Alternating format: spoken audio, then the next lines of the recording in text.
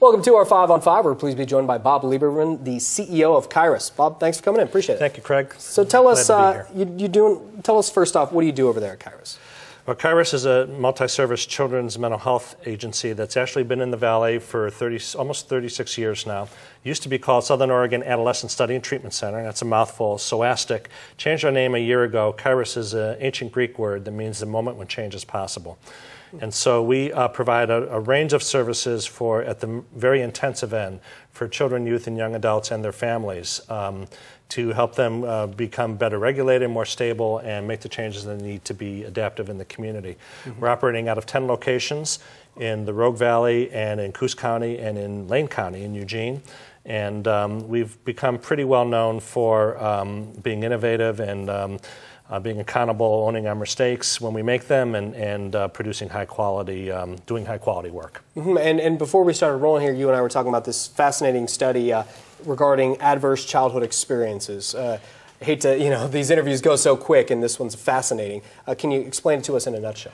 It was done by the Centers for Disease Control. The first cohort study finished in 1998. They've repeated it now, replicated many times in many states in the last 15 years. They studied 17,500 adults who were middle-aged. They were all members of Kaiser Permanente, so one way or the other they can afford insurance. All but 6% had graduated from college. All but 6 individuals had graduated from high school.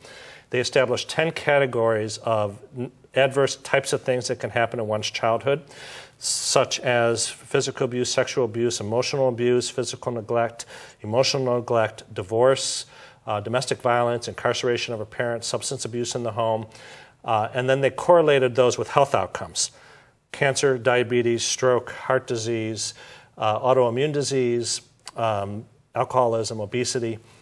And what they found was the more types, and if an individual had one episode of an adverse experience, they got a point. So the worst possible score would be 10 points. So what they found was the higher the score, the higher the risk of a negative physical health outcome, including like heart disease, cancer, et cetera. Mm-hmm.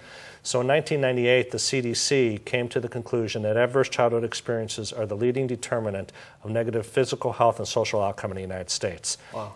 When the West Nile mosquito shows up in town, or if it shows up in Baker, it's on the front page of our local papers. At least in Grants Pass it was a few years ago. That's a health scare. It's legitimate, but it's here in our communities all across the country, we have children experiencing adverse experiences day in and day out, or at times in their life, and it leads to negative long-term health outcome.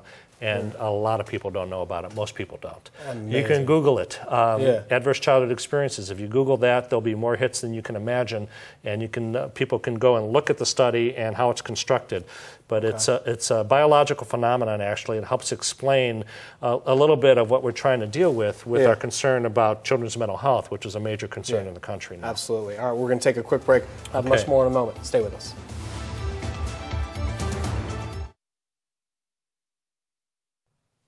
Welcome back to our 5 on 5. Again, we're here with Bob Lieberman from Kairos. So, Bob, we're talking about this study of adverse childhood experiences. What do you tell people? What should they do? Well, the brain research kind of points to some implications because the impact of adverse childhood experiences can be overcome by corrective experiences. You know, to simplify, what parents can do from early in childhood on is act as if their kids can think and talk to them as if they can think, and ask them to share in decision-making and be collaborative in decision-making, not just impose decisions on them. Of course, then you have to decide what decisions do you want to offer them, especially when they're young. You don't want to offer them an unsafe decision. That's one way. In our communities, we can support positive experiences for children, positive youth development.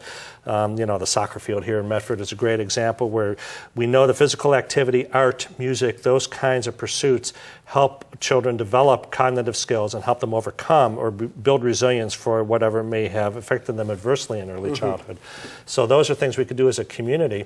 I would encourage folks to look at a website regarding collaborative problem solving. That's thinkkids.org. That's from Massachusetts General Hospital in Boston. There's a lot of resources there for parents and for educators, for child-serving professionals. And also in terms of the brain research, there's a book that is really understandable to the average person called Born for Love, that kind of digests the brain research into very, very easy to understand language. It's written by a fellow named Bruce Perry and widely available. He also wrote another book, The Boy Who Was Raised as a Dog. And it really kind of helps explain what happens in our brain and what kinds of ways we can think about making a difference for our children and their families and for our future. Unbelievable. Thank you so much for coming. I wish we had more time. Great to meet you. Thanks, Craig. Thanks for having me. Stay with us. We'll be right back.